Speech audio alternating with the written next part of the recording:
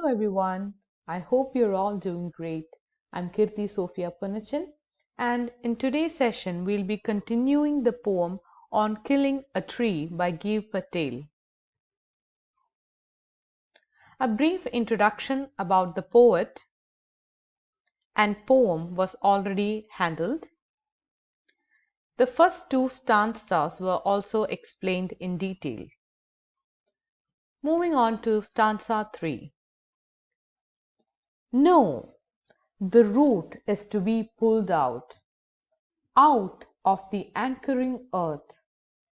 It is to be roped, tied, and pulled out, snapped out, or pulled out entirely, out from the earth cave, and the strength of the tree exposed. The source, white and wet, the most sensitive, hidden for years inside the earth. So here we could see that the poet is telling how to kill a tree, and to kill a tree what has to be done is that the root should be pulled out. The root is the one and most important thing of a tree. It is hidden inside the earth. It is anchored in the earth. But that root should be exposed. It should be brought out of the soil or the earth. To bring the root out of the soil, the trunk should be tied with a rope and it should be pulled very hard and pulled out entirely from the earth. The root should be exposed from the earth cave.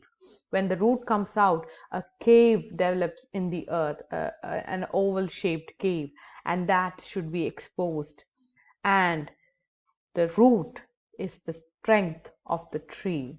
When the root comes out of the soil, it's white and wet, it has moisture, it's alive, and it's the most sensitive part of the tree, and it was hidden inside the earth for a number of years without even seen by anybody.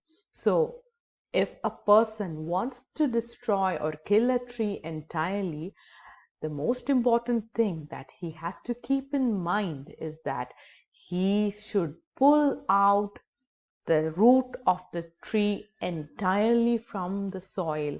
Otherwise, the root would actually help in growth of another tree, even though we have cut and chopped the branches of the tree. So that is stanza 3. Moving on to stanza 4. Then the matter of scorching and choking, in sun and air, browning, hardening, twisting, withering, and then it is done. Here the poet is telling that once the root is out of the soil, then we have to wait only for a couple of days for the death of a tree. That is, the tree would die out of burning high intensity sun's rays and air. Since the root is exposed, all the water and moist will be evaporated by the sun's rays, and the air or the wind would just dry off the root, and the tree would start choking. Choking means the tree would lose its breath. It won't have the strength to breathe anymore.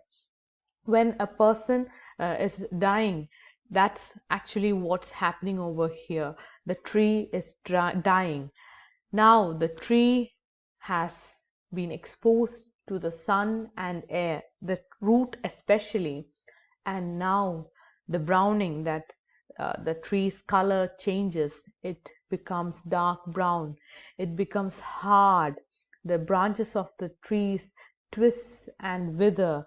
Wither means to fade. The branches fades and it becomes brown in color.